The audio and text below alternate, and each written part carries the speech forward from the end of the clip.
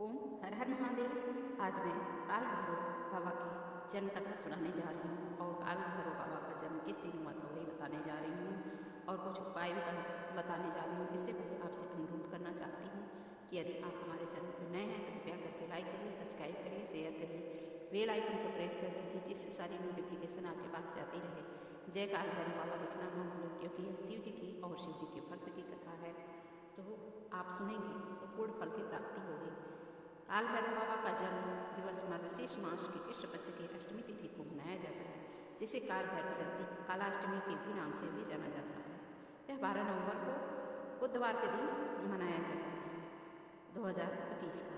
मान्यता है कि इस दिन भगवान शिव ने रौद्र रूप लिया था, इसी से काल भैरव का अवतरण हुआ था। इस दिन तिथि थी मार्गशीर्ष मास की कृष्ण पक्ष की अष्टमी तिथि, इसलिए इस दिन इनका पूजा करना बहुत ही पूर्ण फलदायक होता है। इस दिन वो पूजा करने से, काल भैरव को पूजा करने से नकारात्मक एनर्जी दूर होती है, सकारात्मक एनर्जी का वास होता है।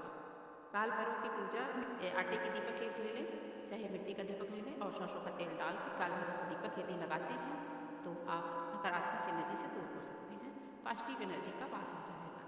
इस दिन काली उड़द लीजिए 1.25 ग्राम और 125 ग्राम वही काले तिल ले लीजिए, 125 ग्राम गुड़ ले लीजिए, तीनों को मिला के बांध लीजिए और काले कपड़े में काल भैरव के मंदिर के बगल में दान कर दीजिए। यदि वहाँ न हो सके तो किसी को भी दान कर दीजिए, कोई रंखी दुखी भिखारी कोई भी हो उसको आप दान दे सकते हैं। ऐसा करने से आपके जीवन में सुधार आ जाएगा, नकारात्मक एनर्जी दूर हो जाएगी। आप ये उपाय जरूर कीजिएगा। और अब चलिए कथा की ओर चलते हैं। बाबा कपाल भैरव और उनके प्रभाव और कृपा के बारे में तो सभी लोग जानते हैं, जिससे कि आप उनकी शक्ति, उनकी ऐश्वर्य, उनकी प्रभुता, उनकी उपयोगिता के बारे में भी आप जानते हैं। कपाल का शाब्दिक अर्थ होता है खोपड़ी। खोपड़ी न केवल मनुष्यों की अपितु हर प्रकार के जीव की भी होती है। ये तो हुआ कपाल का सरल शाब्दिक अर्थ। अब हम पता करते हैं कि आध्यात्मिक अर्थ कपाल को ब्रह्मरंध्र भी कहा जाता है और अत्यंत सरल भाषा में इसे दिमाग भी कहा जाता है। भैरव का शाब्दिक अर्थ होता है रक्षा करने वाला, रक्षक। भैरव भगवान शिव के 5वें अवतार हैं, जिनके मुख्य 2 रूप हैं, काल भैरव, बटुक भैरव। अधिकांश लोग काल भैरव को ही बटुक भैरव मानते हैं, जो कि गलत है। हालांकि दोनों शिव रूप की ही हैं, परंतु इसमें अगाध भेद है। अब मैं आपको काल भैरव और बटुक भैरव और कपाल भैरव के जन्म की कथा बतलाती हूँ। काल भैरव की उत्पत्ति की कथा पुराणों के अनुसार जब ब्रह्मा विष्णु में विवाद उत्पन्न हुआ और दोनों एक दूसरे को अपना पुत्र बताने लगे, अर्थात विष्णु कहते थे कि ब्रह्मा जी उनके द्वारा जन्म लिए हैं और ब्रह्मा जी कहते थे कि हमारे द्वारा इन्होंने जन्म लिया है। इसी बीच उनके मध्य में एक अग्नि स्तंभ प्रकट हुए, जिसने उन दोनों से कहा कि आप दोनों में से जो इस अग्नि स्तंभ का ओर या छोर पता कर लेगा वही बड़ा होगा और वही सर्वत्र पूज्य होगा। ब्रह्मा ने एक अंश का रूप धारण किया और विष्णु ने एक वाराह का रूप। ब्रह्मा जी ऊपर और विष्णु जी नीचे की ओर गए।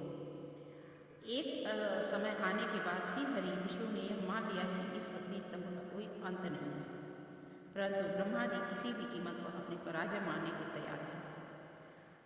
कुछ ऊपर पहुंचने पर उन्होंने कहा केतकी नामक एक पुष्प भी। उन्होंने उससे कहा कि यदि तुम मेरा समर्थन करोगे तो मैं तुम्हें महत्वपूर्ण पुष्प की उपाधि प्रदान करूंगा।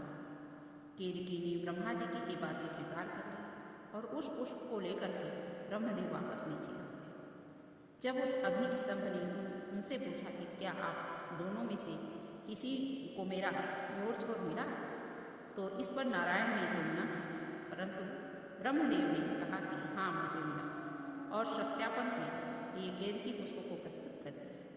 केतकी ने भी ब्रह्मदेव का समर्थन किया। तब उस अग्नि स्तंभ ने एक पुरुष की आकृति ग्रहण की और प्रकट हुए महाकाल महारुद्र भगवान शिव। उन्होंने ब्रह्मदेव से कहा कि आप असत्य बोल रहे हैं और ब्रह्मा को असत्य भाषण के लिए कभी भी न पूजे जाने का श्राप दिया और केतकी की असत्य भाषण के लिए उन्हें अपनी पूजा में प्रयोग में न लाने के लिए कहा और निषेध कर दिया कि जो भी कोई ये पूजा में चढ़ाएगा उसे श्राप हो। तब ब्रह्मदेव ने क्रोधित होकर भगवान रुद्र को अपशब्द और स्वयं से अपना बड़ा बताने का कोशिश की। उस समय ब्रह्मदेव ने पंचमुखी बोलते थे। तब भगवान शिव को आभास हुआ कि ब्रह्मदेव में अहंकार व्याप्त हो, सृष्टि रचना से पूर्व ही अहंकार व्याप्त हो तो असमय ही संपूर्ण सृष्टि अहंकार के भाव से ग्रसित हो सकती है। इसलिए उन्होंने अहंकार रूपी ब्रह्मदेव को उनके 5वें सर को काटने का निर्णय लिया। परंतु इसमें भी यह एक समस्या थी कि भगवान शिव इस बात को जानते थे कि यदि उन्होंने ब्रह्मदेव का सर काटा तो उन्हें ब्रह्म हत्या का दोष लगेगा। यदि उन्हें ब्रह्म हत्या का दोष लगा और उनमें उलझकर वे त्रिमूर्ति से अलग हो जाएंगे और असंतुलन व्याप्त हो जाएगा। इसी कारण सर्वसमर्थ भगवान रुद्र ने अपने ही अंश से एक ऐसे विकराल गण को उत्पन्न किया जो कृष्ण वर्ण के थे, अस्थियों के आभूषणों से विभूषित थे। उन दिव्य पुरुष को देख करके उनकी गर्जना को सुन करके ऐसा लगता था मानो लाखों भयानक काले में जीवित रूप ले लिया है। गर्जना करके उनकी जटाएं देखकर ऐसा प्रतीत होता था मानो असंख्य भयानक विषधर हो। उनके मस्तक पर श्वेत कुंड और 3 रेखाएं ऐसी लगती थी मानो चंदवा ने उनकी ललाट पर सुशोभित हो रही। स्वयं तो 3 टुकड़ों से विभक्त कर दिया हो, उस पर उग्र देवता की लंबी भुजाएं ऐसी लगती थी मानो लौह स्तंभ हो। भयानक अष्ट महानाग कमर पर बंधे मोटे मोटे घुराले ऐसी आवाज आ रही थी, मुंहों से ऐसी आवाज आ रही थी जिससे हृदय विदीर्ण हो जाए। इस महाकाय महाबाहु गण को भगवान शिव ने स्पष्ट शब्द में कहा कि ब्रह्मदेव के 5वें सर का छेदन कर। इतना सुनते ही उस भीड़ ने आओ न देखा न ताव देखा, अपने नाखून के एक ही प्रहार से ब्रह्मा जी का 5वां सर फाड़, परंतु वो सर उनके हाथ में ही चिपक गया। जब उन्होंने भगवान शिव से इसका कारण पूछा तो उन्होंने उनसे कहा कि वे केवल ब्रह्म का सिर नहीं अपितु ब्रह्म हत्या है। इस ब्रह्म हत्या के फलस्वरूप तुम्हें श्रापित होना पड़ेगा। उन्होंने कहा कि तुमने ब्रह्मा के सिर को काट कर इस सृष्टि के अहंकार से रक्षा की, अतः आज से तुम्हारा नाम भैरव होगा। अब तुम जाओ और ब्रह्मा के इस सिर को लेकर के सृष्टि में विचरण करो, और जहाँ भी ये सिर तुम्हारे हाथ से छूट जाएगा वहीं तुम रुक जाना और स्थापित हो जाना। इसके बाद भैरव ने उस सर को हाथ में लेकर सृष्टि के चक्कर लगाने शुरू कर दिए।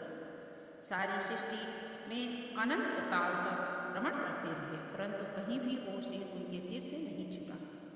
परंतु सृष्टि के चक्कर लगाते लगाते उनकी गति इतनी तीव्र हो गई कि वो समय से भी आगे निकल गए। जब भगवान नारायण के कर्ण कुंडल गिरे और काशी नगरी स्थापित हुई, तब वहाँ भगवान भैरव के हाथ से ब्रह्मदेव का कपाल छूट गया। तब भगवान भैरव वहीं रुक गए और तब वहाँ भगवान शिव प्रकट हुए। उन्होंने कहा कि मेरी प्रिय काशी नगरी, आज से तुम इनके रक्षक बनोगे और तुम यहाँ पर स्थापित हो जाओ। इस काशी नगरी में केवल पैर के एक अंगूठे के बराबर स्थान मिलेगा और तुम्हें इसी ब्रह्म कपाल में भोजन करना होगा। तुम अपनी तीव्र गति के कारण समय से ही आगे चले गए हो, अर्थात तुमने कालचक्र पर भी विजय प्राप्त की है। इस कारण आज से तुम काल भैरव के नाम से जाने जाओगे। तुम काशी की पवित्र और काशी के भक्तों की रक्षा करोगे। ध्यान रहे, काशी में मरने वाले को यम स्पर्श न करो। तब बाबा काल भैरव ने महादेव से पूछा कि इससे तो पापी कर्म के दंड से निर्भीक हो जाएंगे। तो उन्होंने कहा कि यहाँ मृत्यु प्राप्त करने वालों को यमराज दंड नहीं दे पाएंगे, परंतु तुम उन्हें दंड दोगे। बिना काल यातना प्राप्त किए कोई भी जीवात्मा एक काशी नगरी नहीं छोड़ेगी। जिस जगह पर जो अग्नि स्तंभ प्रकट हुआ था वो जगह आज के समय में अरुणाचल प्रदेश में स्थित है, और जिस स्थान पर ब्रह्म का कपाल छूटा था वो जगह आज के समय वाराणसी में स्थित पालमोचन तीर्थ है। इसी कथा से संबंधित काल भैरव के जन्म की कथा, जिसके बारे में आपको आगे बताऊंगी कि अभी आप बटुक भैरव की कथा के बारे में जानते हैं। बाबा बटुक भैरव के जन्म की कथा आप सभी को उस कथा का ज्ञान होगा जब परमेश्वरी महाकाली को शांत करने के लिए परमेश्वर भगवान शिव माता के चरणों के नीचे लेट कर गए। तब माता काली को जिस पश्चाताप में घेर लिया था। उसके कारण माता ने भगवान शिव से ये वचन किया था कि आज के उपरांत वो कभी भी उनके सामने भूमिशायी नहीं होंगी। तब भगवान ने उन्हें वचन दिया था। परंतु कालांतर में जब माता ने दारू नामक असुर का संहार करने के लिए पुनः काली स्वरूप धारण किया तो नियंत्रण से बाहर हो गए। तो भगवान ने वचन बंधित होने के कारण एक अनन्य से बालक का रूप धारण किया और माँ माँ कहकर काली माँ को पुकारना आरंभ किया। बालक की करुण पुकार को सुन करके माँ काली का हृदय द्रवित हो गया और वो अपना आक्रोश भूल करके उस बालक को गोद में लेकर के लाड प्यार करने लगी और उनका क्रोध शांत हो गया, क्योंकि महाकाली जितना रौद्र रूप धरती है उतने ही अपने भक्तों के लिए दयालु भी हैं। जितना वो आक्रोश में रहती हैं उतनी शांत भी हैं, इसलिए उन्हें महाकाली कहा जाता है। काली जी स्वयं अपने भक्तों की रक्षा करती हैं और जो लोग उनके सामने कृत्य कार्य करते हैं या उनके भक्तों के ऊपर कोई काला जादू करते हैं तो उन्हें वो स्वयं मुक्ति दिलानी चाहिए होती हैं। तो ऐसे ही तो वो बच्चे को देख करके लाड प्यार करने लगी, उनका क्रोध शांत हो गया, उनका रूप शांत। तब माता ने पूछा कि तुम कौन हो? तो उस बालक ने उत्तर दिया कि मैं शिव हूँ। तुम्हें शांत करने के लिए मैंने बटुक रूप धारण किया है। बटुक का अर्थ होता है बालक। तब माता ने कहा कि आप अपने रूप को धारण करिए। तब भगवान शिव अपने शिव स्वरूप में आ गए। तब माता ने उनसे पुनः आग्रह किया कि आप अपने भीतर से उस बटुक रूप को बाहर निकालिए। तो भगवान शिव ने इससे उसका कारण पूछा। इस पर उन्होंने कहा कि उस स्वरूप में आपने मुझे माँ कहा है, आप तो मेरी स्वामी हैं, पुत्र नहीं हो सकते। तब परमेश्वर ने पुनः बटुक रूप को प्रकट किया। तब माता ने उनसे कहा कि आपने इस बटुक रूप में संसार की रक्षा की है मेरे क्रोध से, इसलिए आज से आप भैरव की उपाधि दी जाएगी। आज से आप बटुक भैरव के रूप में पूजे जाएंगे और मेरे पुत्र के रूप में जाने जाएंगे। बटुक भैरव पापियों की काल है और उनकी उपस्थिति जहाँ साधकों के सुख का आभास कराती है, वही वो बालक 5 वर्ष की आयु में भी पापियों का काल है। सोचिए कि जिस बालक ने माँ काली के क्रोध को शांत कर दिया, उसके सामने कौन ऐसा है जो अपनी शक्ति दिखाएगा। उपरोक्त वर्णित दो भैरव के अलावा कोई ऐसे भैरव नहीं जानते हैं जिनकी उत्पत्ति साक्षात भगवान शिव से हुई हो। रक्षक की भूमि निभाने के लिए समय समय पर बाबा भैरव, काल भैरव से भी अन्य सभी भैरवों की उपाधि हुई है, जिनका मुख्य उद्देश्य माता के विभिन्न रूपों की रक्षा करना ही था। परंतु इन सभी भैरवों में से एक भैरव ऐसे हैं जो काल भैरव को सबसे प्रिय है। भगवान काल भैरव ने उन्हें अपने अनुज का स्थान दिया, अपना दंडाधिकारी बनाया, जिसका नाम है कपाल भैरव। कपाल भैरव की उत्पत्ति इस प्रकार है कि यहाँ कपाल भैरव की जन्म कथा की उत्पत्ति की कथा के बारे में मैं बताने जा रही हूँ। आप सब आध्यात्म में सिद्धि की पराकाष्ठा कपाल भेदन किया माना जाता है। इस कपाल भेदन की मुख्य रूप से 2 प्रतीकात्मक या मुख्य 2 देवता हैं। सर्वप्रथम माता छिन्नमस्ता, जिन्होंने स्वयं अपना सिर छेद कर दिया था, और दूसरा है भगवान परशुराम की माता और ऋषि जमदग्नि की धर्मपत्नी माँ रेणुका, जिनका सर पिता की आज्ञा से स्वयं भगवान परशुराम ने काट दिया था। जिस प्रकार सर्प जागृत कुंडलिनी का प्रतीक होते हैं, उसी प्रकार से दोनों माताएं कपाल भेदन क्रिया के प्रतीक इन पराकाष्ठा है। परंतु शास्त्र की गुण जानकर इस बात को जानते हैं कि इनके अलावा कुछ और देवता भी हैं जो कपाल के अधिष्ठात्र देवता हैं। इसमें प्रथम माता हिंगलाज ये 52 शक्तिपीठ में प्रथम है।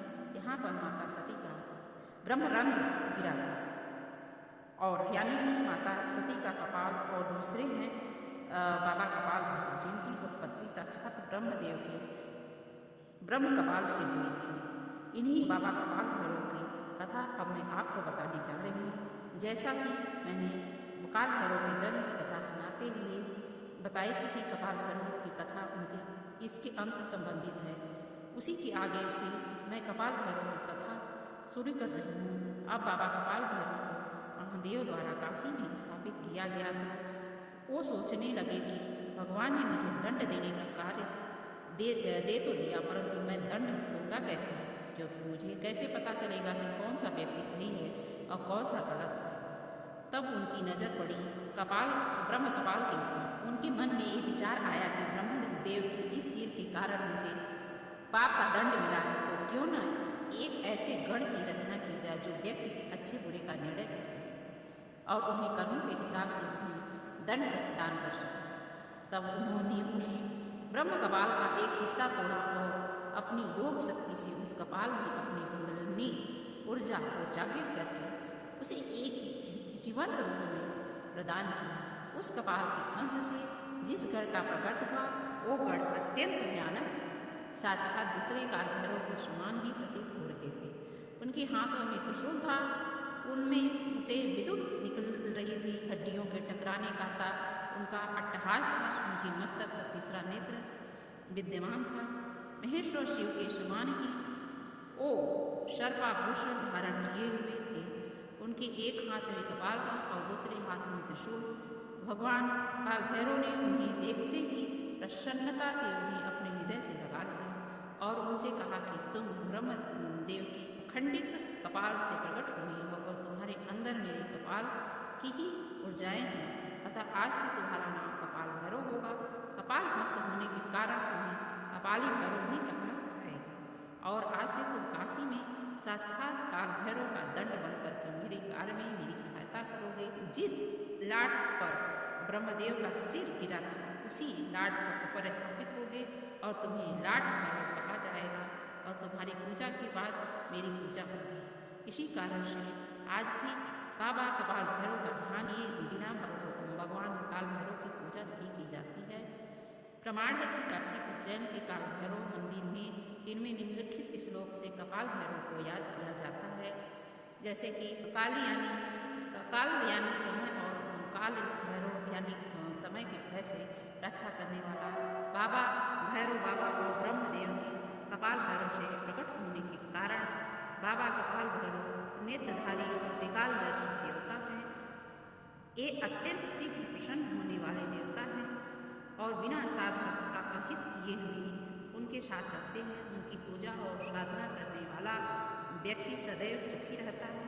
कपाल भैरव कपाल से प्रकट होने के कारण कपाल तत्व के इष्ट देवता माने गए हैं। कलयुग में 3 देवता ऐसे हैं जिन्हें प्रमुख रूप से जागृत माना जाता है, जो समस्त कलयुग में मानव कल्याण का भार वहन करते हैं। वो 3 देवता हैं भगवान श्री हनुमान, भगवान श्री भैरव और माता श्री महाकाली। जागृत होने के कारण भैरव कम साधना उपासना में भी साधक को फल दे देते हैं। बाबा कपाल भैरव के आशीर्वाद से आप कपाल भेदन क्रिया भी संपन्न कर सकते हैं। यह तो थी काल भैरव बाबा की, कपाल भैरव बाबा की, कपटू भैरव बाबा की सारी जानकारी और कथा।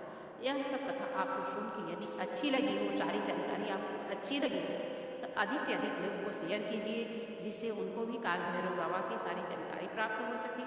यदि आपको पता हो तो जय काल भैरव जरूर लिखिएगा, यदि नहीं पता हो तो भी जय काल भैरव बाबा लिखिएगा और बताइएगा कि कौन कौन लोग इस कथा को सुने हैं, कौन लोग नहीं सुने हैं। जय